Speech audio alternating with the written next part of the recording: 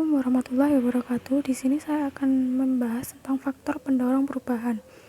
Sebelum kita membahas tentang faktor pendorong perubahan, perlu kita singgung terlebih dahulu mengenai apa sih manajemen perubahan itu, yaitu suatu proses secara sistematis dalam menerapkan pengetahuan, sarana, sumber daya yang diperlukan untuk mempengaruhi perubahan pada orang yang akan terkena dampak dan proses tersebut.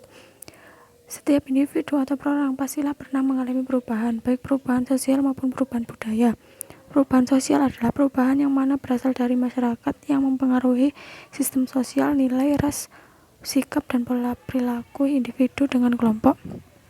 Perubahan budaya adalah perubahan yang terjadi dalam sistem ide yang dimiliki bersama pada berbagai bidang kehidupan di masyarakat.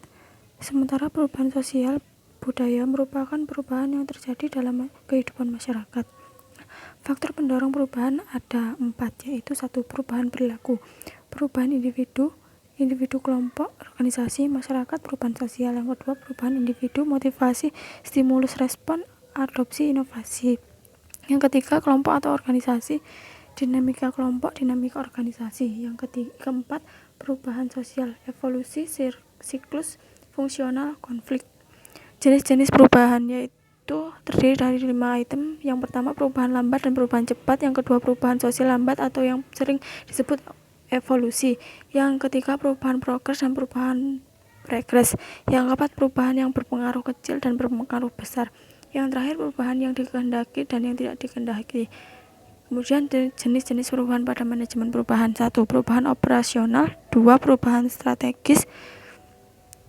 Unsur-unsur perubahan yaitu menurut kebutuhan perubahan menurut Hussey 2000. 1. Perubahan teknologi, persaingan, perilaku pelanggan.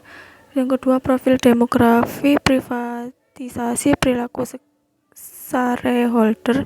Yang kedua, kekuatan eksternal menurut Kreitner dan Kinigi 2001. Kekuatan eksternal. 2. Kekuatan internal.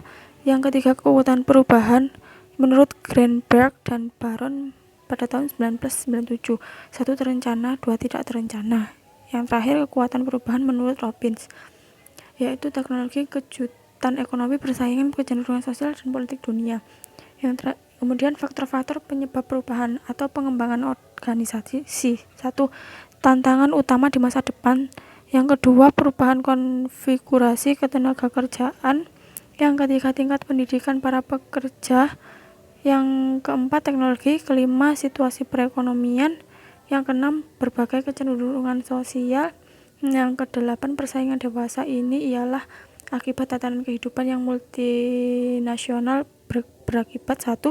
Wilayah operasionalnya dapat meliputi juridik di banyak negara. 2. Tidak sedikit diantaranya yang berpenghasilan melebihi anggaran belanja tahunan banyak negara. Yang ketiga, menguasai teknologi canggih tetapi enggan mengalihkan ke pihak lain.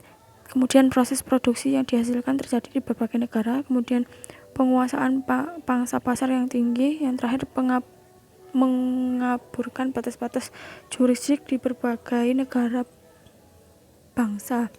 Yang ke-9, pelestarian lingkungan atau membawa implikasi.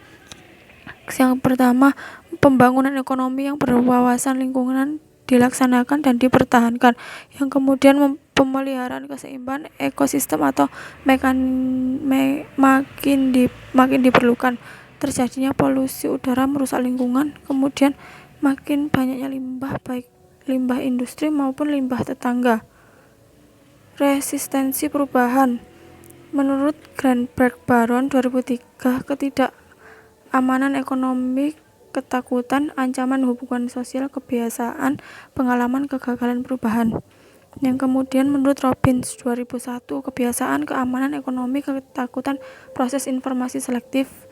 Yang ketiga, Kreiner dan Kinigi 2001, individual, ketakutan, dan ketidakpercayaan, dan lain sebagainya.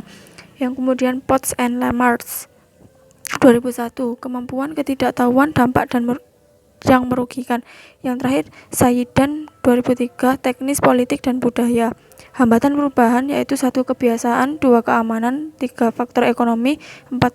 rasa takut menghadapi yang tidak dikenal, yang terlihat pemrosesan informasi selektif. Sekian, terima kasih atas presentasi dari saya. Mohon maaf bila banyak kekurangannya. Wassalamualaikum warahmatullahi wabarakatuh.